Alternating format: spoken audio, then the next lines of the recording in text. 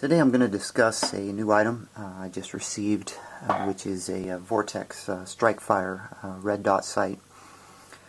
This particular one comes with the tall mount, which does absolute co-witness on an M16 M4 type rifle. This is something that I got during a Black Friday sale at Palmetto State Armory. That's a company I've had some dealings with the last M4 build that I just recently completed. This was something I got for, I believe it was $119.95. These normally sell for roughly $160. So this was a Black Friday sale or Thanksgiving sale, whatever you want to call it. This is the red-green dot combo sight, and this sight has been reviewed on YouTube and by many different people who do much better reviews than me. And a lot of those individuals didn't like the brightness level of this particular sight. And from what I understand, Vortex came out with a red dot only version, which is brighter.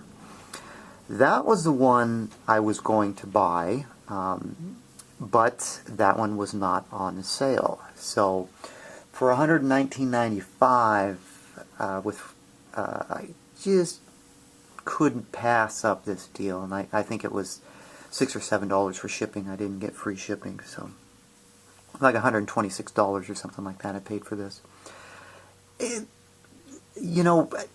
It is a tough one. Since I haven't used either, I can't say that one is brighter than the other, or that this red-green combo is not bright enough. I'd have to do a follow-up video after I actually get this on the rifle and shoot it. So I'm just going by other users' comments. So this ideally wasn't my first choice, but the price was just too good to pass up. So the part number, so it says, is SFRD-AR15. So that comes with the extra high ring mount. I just got this, so everything's in the box is in the box. I'm going to open it and take out the items and let you see those items, and we'll go from there. Okay, here's more or less everything that comes in the package. The scope comes with, this is just a note that tells you that you got to hold the power button for 5 seconds to power it on or off. I have the high ring mount for the AR here, a single CR2 battery, 3-volt battery, single battery, the 2x screw-in magnifier, which a lot of people doing different reviews don't particularly care for that magnifier. It restricts the field of vision. I have not tested it, so it doesn't feel cheap. It looks okay to me, but I'll have to defer to other people's real-world tests of that device. It's nice that it comes with the scope for free. There's no doubt about that. The AR-15 mount, I didn't see any issues with this either. I mean, this looks like a lot of other type of aluminum mounts I've seen. So I can't really comment anything off the top of my head. It comes with a cleaning cloth, an Allen wrench, and a user guide. So that's what more or less comes in the package. I haven't tried to put any of this together at this point. Haven't powered it on or anything like that. I like what I see so far. It's obviously made overseas, and I think it says made in China. So it's not, it's not an aim point or an EOTech, and it's not going to be that type of quality, that's for sure. And I have used those types of sights. I've used aim point Comp M4s, Micro T1s, and EOTechs, 512s, 511s, 517s. Those are all really good sights and very good quality. If you're a contractor or in the military, you definitely want the best that you can get on your primary source of survival, your firearm. So as a private individual, do we need that type of quality? Yeah, it's kind of hard for me to say. Some people say never compromise. Other people say, you know, you're not in the military, you're only shooting for recreation, you don't need something like that. So I guess I kind of fall into that latter group. I just don't want to spend $500 or $600 on a sight for a firearm that's primarily going to sit in my safe 90% of the time. But on the same note, I'm not going to buy a cheap garbage airsoft sight and put it on my firearm and have to replace it after shooting a couple hundred rounds through my rifle. I'm not going to do that either. So for me, on a personal level, it's finding some medium ground, something that's inexpensive but quality that will hold up, but not spending $500 or $600 in the process. As you know from some of my other videos, I'm a strong supporter of a lot of the Bushnell products, and you know, I have this is a TRS-25 red dot here. I use these on several different rifles I have. I really love this sight. Very durable, heavy duty, for the most part. I mean, again, you know, this is a Bushnell product. It's not an EOTech or an Aimpoint either. But they've never let me down, these particular sights. So I've used them numerous times. This time around I opted to go with the Vortex. I wanted a little bit larger field of vision. I believe this is got a 30mm tube on it. So I'm going to give this a try, and you know, I'll do a follow-up video. I'll do a follow-up video later on, you know, with my initial observations after shooting it. But for this video, it's just going to cover the unboxing and the assembly, and then of course, you know, I'll show you what it looks like on my M4 or my AR-15 when I get it installed. So right now I'm going to go ahead and just kind of put this together and get it functional and give you my observations on that aspect.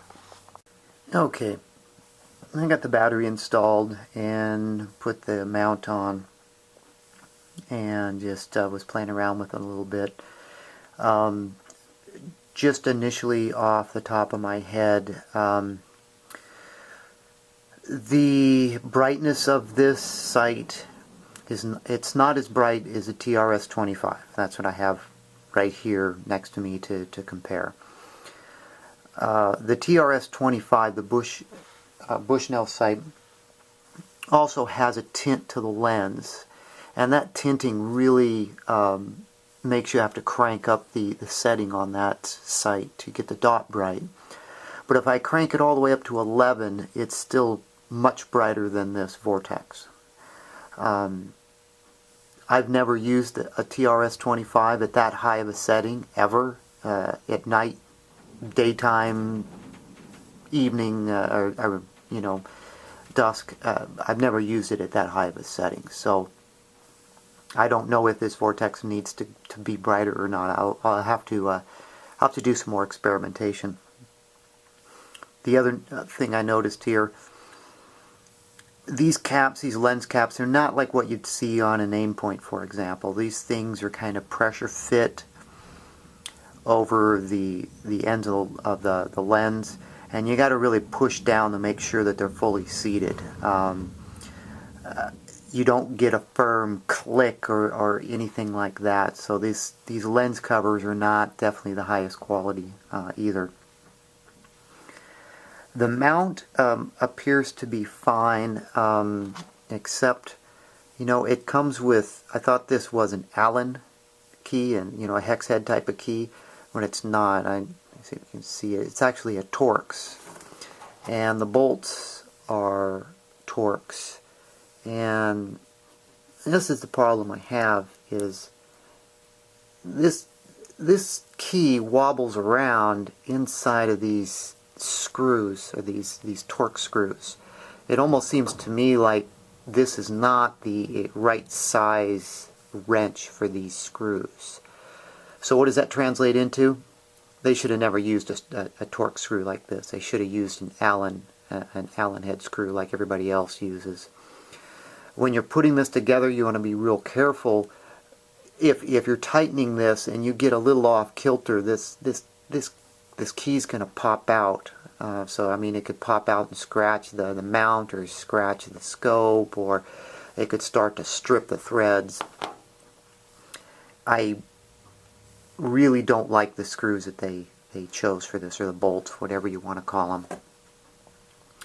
That's a minor gripe. Same with the lens caps. If you're expecting this to be an aim point, you're going to be disappointed. But you know, I expect this to be a fairly accurate, inexpensive sight that's going to last under, you know, the recoil of a 5.56. So that's what I expect. I expect the same as the Bushnell TRS-25, and that's, you know, those sights have never let me down either. And those are like $75, $80 for those. So those are definitely good options as well. So these are my initial observations. I also tried the green setting on this. I can't even see a green dot, so I don't know what's going on. According to the directions, when you power this on, it comes on as red. If you press the power button once again, it toggles it to green. I sure don't see any green on any type of colored background surface, dark, light. So it could just be my eyes, but green's definitely not visible to me for whatever reason. And I tried the brightness settings and the night vision settings, and I still can't see any green. So, not that I care about that. I'm not going to use a green dot anyway. I'm going to stick to a red dot. So, that's just of what I've noticed so far. This is a Strikefire with the 2x magnifier installed. You need to remove the rear flip-up cap to screw in the magnifier. Initial observations are that yes, your field of view is narrowed using this magnifier. I also experienced, I don't know the proper terminology for it, but you know, it's almost like looking through a glass ball.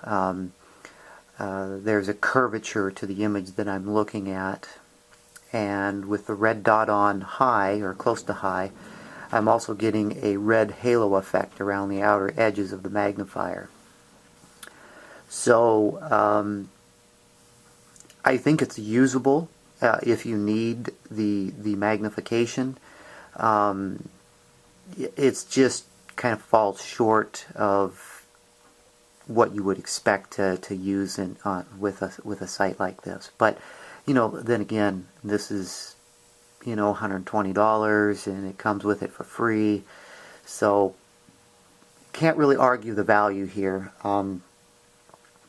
Could they improve that magnifier? I think they could. I think they could definitely make a better magnifier here. I played around with, and you can see right down here, this is an actual focus adjustment on the end of this, and you can actually adjust the focus of the magnification a little bit by screwing it in or screwing it out. The lens cap does not fit over the end of this, by the way. I was playing around with trying to put that on there. I thought maybe it would go on, but it doesn't. So there's definitely room for improvement with the magnifier. is it usable? Yes, I think it's usable in some situations. On the Black Friday sale that I bought this on, I believe Primary Arms, which is another company that sells they have their own red dot sight, which is a good quality sight as well. They had a special for this particular sight with a magnifier, and it also came with a cantilever mount. Good deal on that if you want a separate magnifier. I looked at that particular deal, and what I didn't like about the deal was I liked the Strikefire. It was a red and green dot Strikefire, and it came with the cantilever mount, which was nice, a nice upgrade, probably a better quality mount than this one.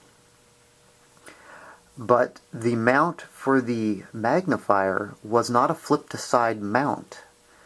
So, once you screw it in place, it's there. You can't just flip it out of the way. So if you wanted to flip the side mount, that would have been an extra $40. So that wasn't that great of a deal after you factor in the fact that you need to buy a flip-to-side mount.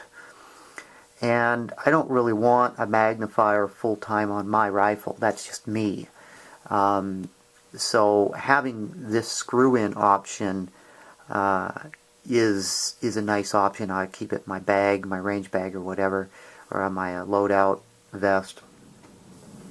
So that's just, again, those are just my personal observations. I was really tempted to get the deal from Primary Arms, but the deal breaker was they weren't including a flip to side mount.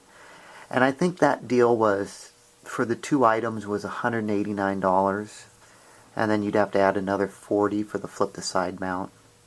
And again, I don't know if that was a Primary Arms magnifier or a Vortex magnifier that came with that package.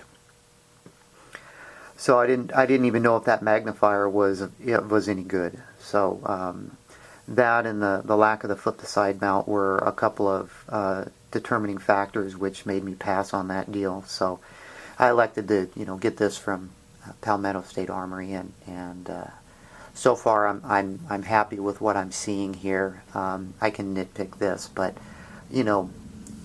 how far do you want to nitpick something that only costs $130? And as long as this holds up to the rigors of range use on my M4, I don't think I'm going to have anything to complain about, long term. So I'm going to go ahead and mount this up on my rifle, and we'll talk about it some more. This is the last part of my Vortex Strikefire video. I can't really fit my rifle on my photo stand that I have in my workshop, and I don't really have an armorer's stand by any means, so I've just got it laying flat here on my carpet with enough lighting. So I've got the mounting is pretty simple. I choose to always mount my sights as far forward as possible. I guess that's up to personal preference, but I prefer to have 5-6 inches of distance between my eye and my scope, or my red dot, excuse me.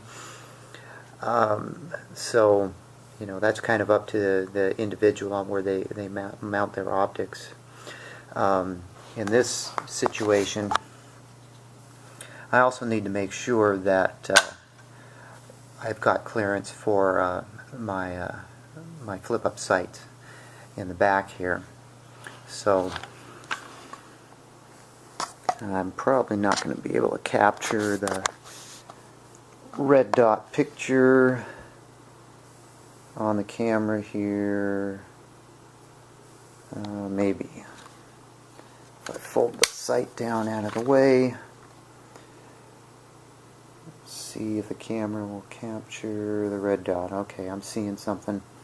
Obviously, I just installed this, and nothing's sighted in or anything. So the dot is right above the front sight, a little to the right. So, and this is not the brightest setting of this either. I'm not sure if that's even coming through very well, but you know, no issues with the mount. You know, we've got a screw mount right there that just tightens down by your hand, and you can probably use I don't know, a penny or a nickel to tighten that down if you wanted to get a little leverage on it. So obviously no issues with mounting. Mounting's real simple.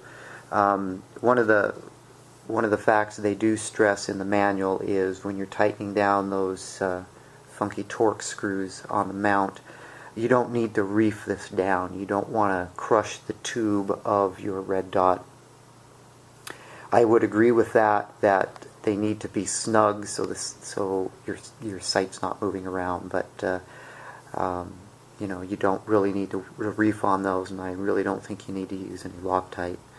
I'm a proponent of using Loctite. I use Loctite on a lot of different things to make sure that they stay tightened down. So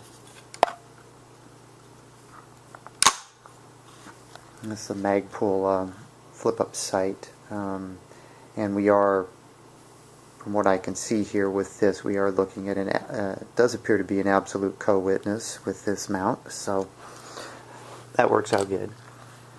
So that's what the Vortex looks like on my M4. And if you've watched any of my other previous videos, I covered the where I covered the Novatech flashlight. Got that installed.